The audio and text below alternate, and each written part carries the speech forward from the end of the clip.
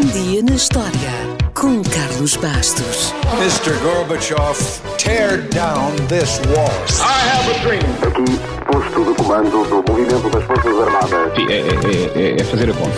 Houston, we have a problem. Yes, we can. And now for something completely different.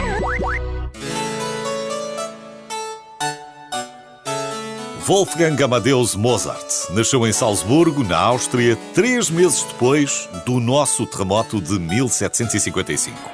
O seu pai, Leopoldo, era compositor e professor de música na Catedral de Salzburgo, e o pequeno Wolfgang e a sua irmã começaram a aprender a tocar cravo desde tenra idade. Ambas as crianças mostraram um imenso talento musical. Aos 4 anos, Mozart conseguia aprender uma música no cravo em apenas 30 minutos. Aos 5, começou a compor. Keep it, Majesty, if you want. It's already here in my head. On one hearing only? Think so, sire? Yes? O pai viu ali uma enorme fonte de rendimento e, com rigorosa disciplina, começaram as digressões pelas cortes europeias, onde a realeza ficava maravilhada com o talento precoce de Mozart. Entre os muitos ilustres que se cruzaram na sua vida, aos 6 anos, Mozart conheceu Maria Antonieta, que era 2 meses mais velha. Dizem que ela ajudou Mozart quando ele se desequilibrou num piso muito polido e escorregadio e, em troca, de forma muito cavalheiresca e adulta, Mozart terá proposto casamento à futura rainha de França. Imram. No, I'm Just not say it. playing It's this serious, game. Imram. No! Say it. You'll see. It's very serious. Marry me. No, I'm not gonna marry you. Porém, como sabemos, o destino tinha outros planos. As digressões continuaram e, durante uma série de concertos em Paris, Mozart publicou a sua primeira sonata para violino. Tinha apenas 8 anos. E aos 11 escreveu a sua primeira ópera. Dizer que é um feito impressionante é dizer pouco. Os italianos, perante este talento sobrenatural, contrataram-no para escrever óperas para o Carnaval de Milão e foi admitido na prestigiosa Academia Filarmónica de Bolonha. Por volta dessa altura, Mozart escreveu que ouvia óperas inteiras dentro da sua cabeça quando estava em casa. Depois de Itália, regressou a Salzburgo, mas o pai, sempre ambicioso, enviou-o a Paris. Mozart, então com 22 anos, mal sabia falar francês e já não era o pequeno menino prodígio. Portanto, com pouco acesso à alta sociedade e sem dinheiro, Mozart e a sua mãe hospedaram-se num hotel frio e miserável. A mãe adoeceu e morreu pouco depois, e o pai sempre culpou o filho pela morte dela.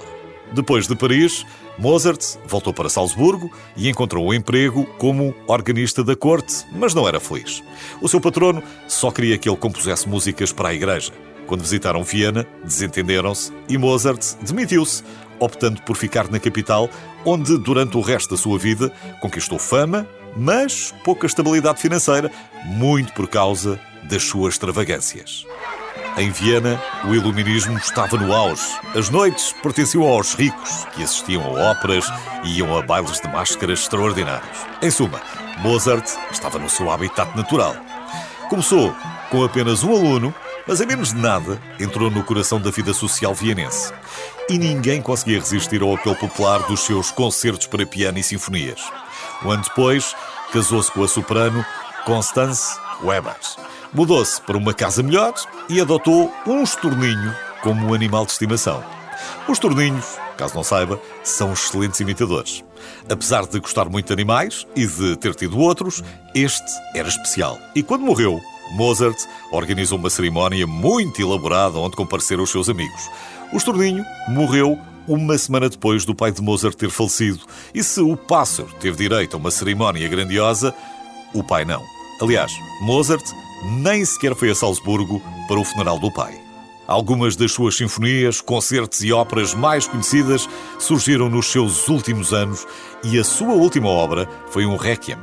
Mozart morreu antes de o terminar, mas felizmente um aluno seu completou o trabalho e entregou-o ao conde que o tinha encomendado.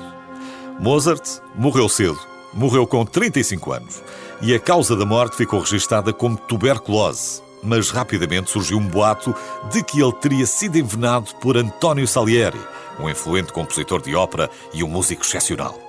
O boato sobreviveu na cultura pop, em grande parte devido à peça de Peter Shaffer, Amadeus, e a subsequente adaptação cinematográfica de 1984, que venceu 8 Oscars.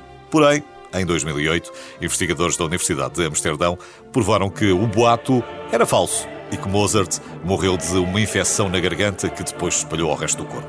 Figura incontornável da história da humanidade, a fama de Mozart continuou sempre a crescer desde a sua morte. Nova Iorque, por exemplo, todos os verões, durante um mês, dedica-lhe um festival.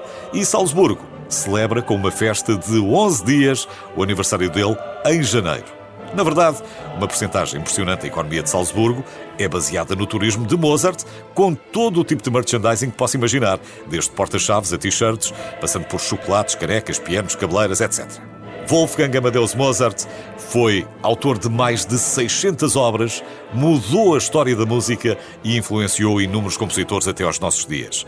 Hoje é reconhecido como um dos maiores criadores de todos os tempos e tornou-se um ícone da cultura pop que continua a inspirar desde realizadores de cinema a investigadores de inteligência artificial. Porquê é que o trabalho de Mozart foi tão revolucionário? Bem, provavelmente porque, como alguém disse, Mozart é a felicidade antes de ser definida.